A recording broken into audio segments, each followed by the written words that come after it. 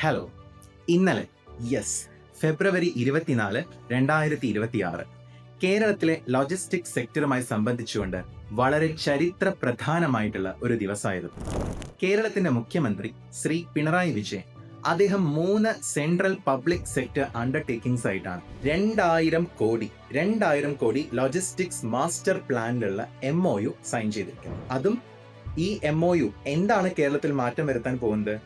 വിഴിഞ്ഞം പോർട്ട്, നമ്മുടെ വിഴിഞ്ഞം തുറമുഖത്തിനെ ഒരു അന്താരാഷ്ട്ര തുറമുഖമായിട്ടാണ് ഇത് മാറ്റാൻ പോകുന്നത്. ഈ വിഴിഞ്ഞം തുറമുഖം അന്താരാഷ്ട്ര തുറമുഖമാവാൻ പോകുമ്പോൾ അവിടെ അനവധി ഇന്റർനാഷണൽ കമ്പനികളാണ് വരാൻ പോകുന്നത്.